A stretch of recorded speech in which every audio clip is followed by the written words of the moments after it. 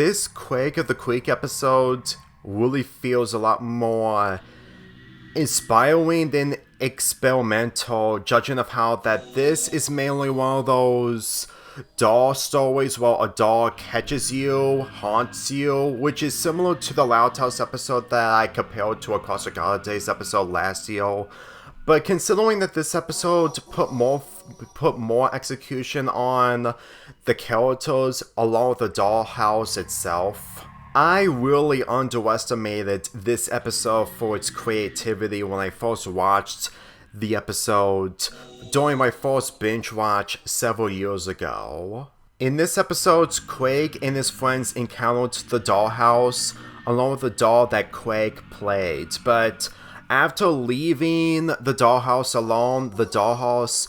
followed them to the point that no matter what they do and no matter where they go in the creek, they will always follow them. They go to the witches of the creek, Tabitha and Courtney, to get rid of them getting cursed or getting haunted by the dollhouse, and shockingly enough, with this episode not taking inspiration from the Loud House episode, which I don't think it was intentionally doing, well, a character is bringing back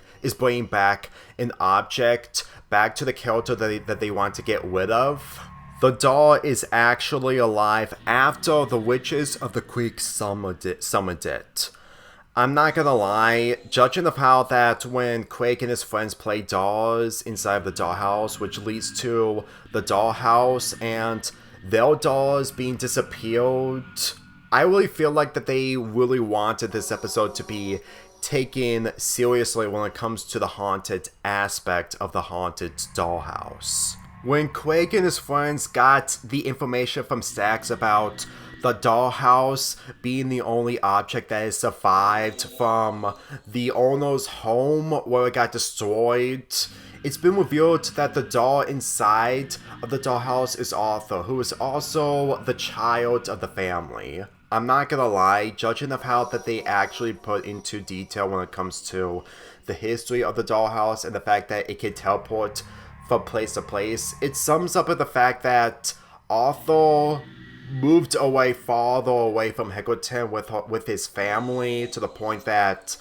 it's better off on leaving bad luck or getting cursed from Hickerton if they're gonna live on being haunted with the dollhouse, which would lead to more curses towards other people, mainly Craig and his friends. Here's the thing, whenever this show uses imagination for the sake of subverting what's really happening when all of it is fake, sometimes it works and it just doesn't work when it's a little over-exaggerating. But with this, there was no exaggeration when it's being taken seriously. At times, this show can use this method on being exaggerated, but when it's not,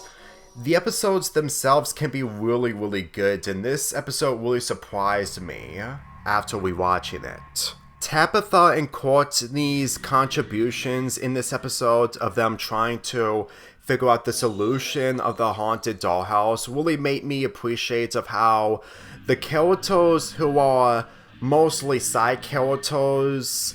are really good at making a good impression, which really sums up with the fact that without newer episodes from Quake of the Quake since it officially ended last month, I really feel bad that we're never going to see what these characters are mostly capable of. Because Tabitha and Courtney in this really contribute to the second half to the point that they're still strangers on getting scared nearly some things, mainly the dollhouse. Honestly, if we never get to see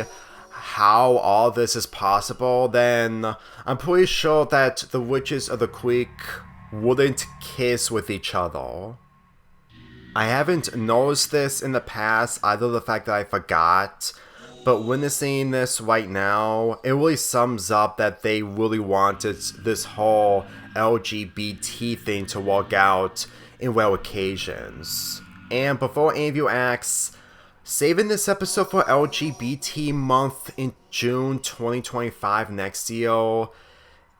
isn't really a bad idea, but at the same time, if I wanted to make Halloween Mania happen again, is either do this episode,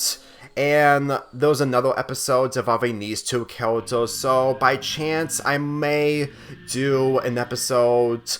for that for LGBT month next year. I'm just saying, just because two characters are kissing with each other doesn't automatically mean it's 100% LGBT month material in my book. I'm not that strict. So getting back with the plot, while Craig is about to open the Dollhouse door after listening to Arthur's voice, Arthur comes to life, and this really makes me appreciate the creativity a lot more when it's not being exaggerated. This is the only episode where Arthur appears mainly as a doll,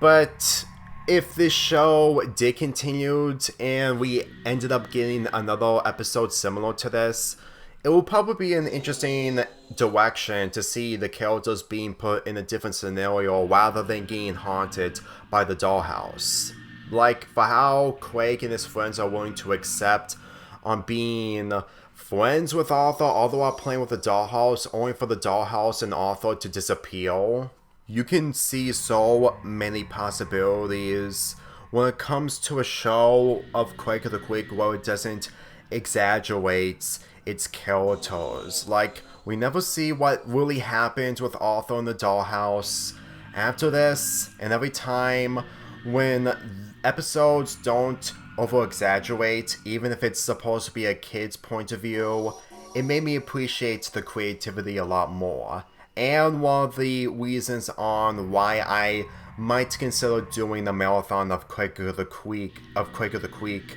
for Summerpalooza 6 next year if there is going to be one.